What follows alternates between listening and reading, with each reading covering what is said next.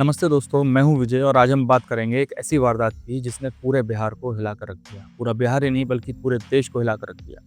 17 जुलाई 2025 पटना का पारस हॉस्पिटल, सुबह 10 बजे 6 शूटर, 30 सेकंड और एक खून। चंदन मिश्रा का, जिसे लोग बक्सर का शेरू कहते थे। एक गैंगस्टर, एक मास्टरमाइंड और अब एक लाश। ये सिर्फ एक मर्डर नहीं, ये गैंग वॉर की कहानी है।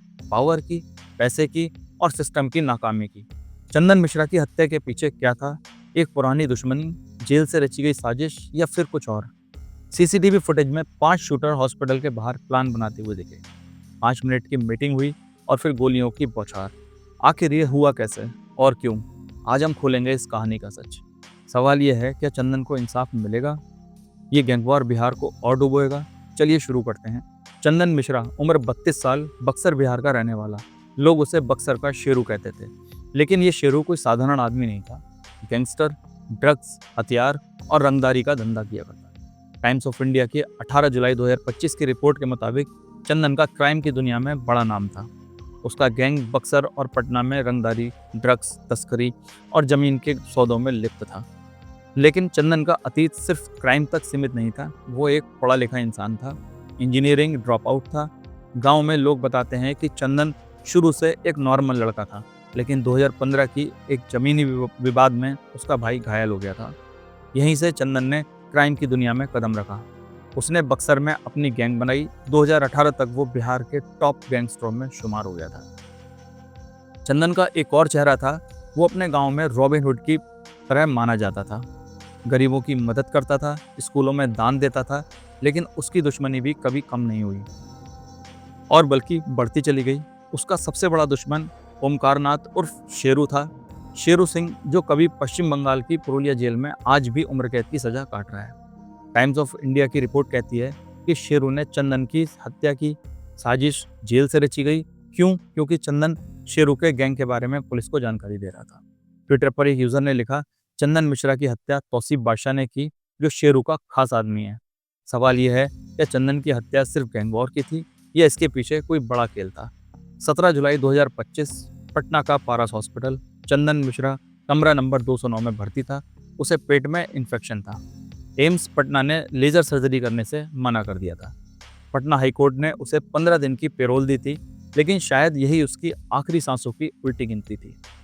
सुबह 10 बजे 6 शूटर हॉस्पिटल के बाहर इकट्ठा हुए। एबीपी न्यूज़ की 18 जुलाई 2025 की रिपोर्ट के मुताबिक सीसीटीवी फुटेज में वो 5 मिनट तक प्लान बनाते दिखे।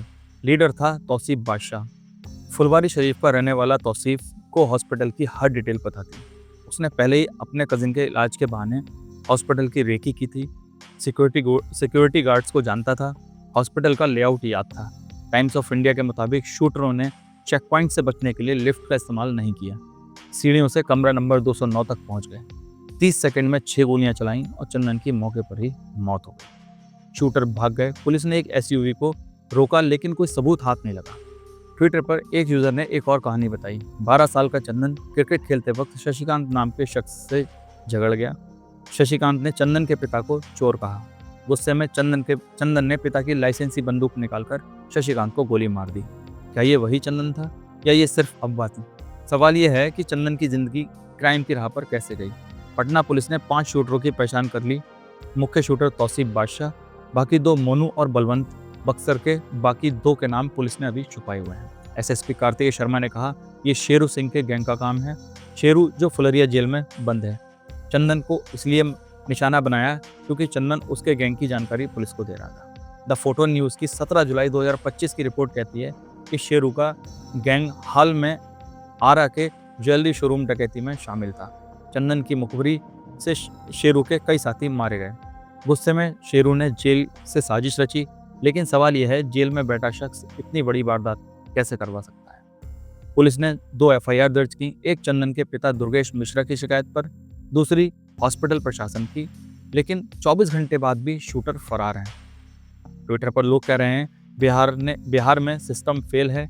एक यूजर ने लिखा, तौसीफ बादशाह ने हॉस्पिटल की पूरी रेकी की। ये साधारण मर्डर नहीं था, साजिश है। चंदन के दोस्तों और परिवार ने सोशल मीडिया पर उसकी सर्जरी की जानकारी शेयर की थी। पुलिस का कहना है कि इनसे शूटरों को चंदन की लोकेशन का पता लग गया था। सवाल यह है, क्या सोशल मीडिया ने चंदन की जान ले ली? चंदन मिश्रा की हत्या कोई इकलौती घटना नहीं, बिहार में गैंग वॉर बढ़ रहा है।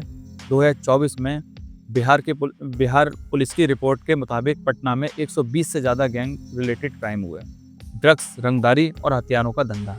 शेरू सिंह और चंदन मिश्रा जैसे गैंगस्टर इस जाल का हिस्सा हैं, लेकिन सवाल बड़ा है, ये गैंगवार क्यों बढ़ रहा है?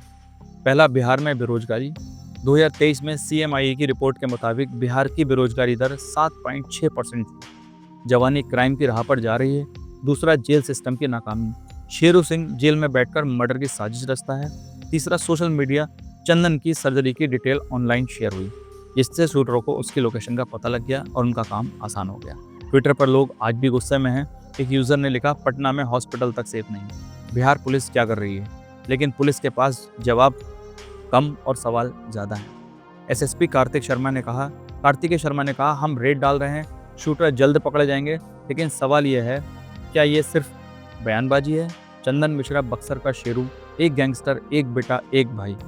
उसकी ज़िंदगी क्राइम की राह पर गई, लेकिन उसकी मौत ने बहुत सारे बड़े सवाल खड़े कर दिए। क्या गैंगवार बिहार का भविष्य है? क्या शेरू सिंह जैसे लोग जेल से साजिश रचते रहेंगे? और सबसे बड़ा सवाल, क्या चंदन मिश्रा को इंसाफ मिलेगा? पटना का पारस हॉस्पिटल अब एक इमारत नहीं, एक चेतावनी है, एक सिस्टम की नाकामी है, एक समाज की जो क्राइम को ग्लोरीफाई करता है।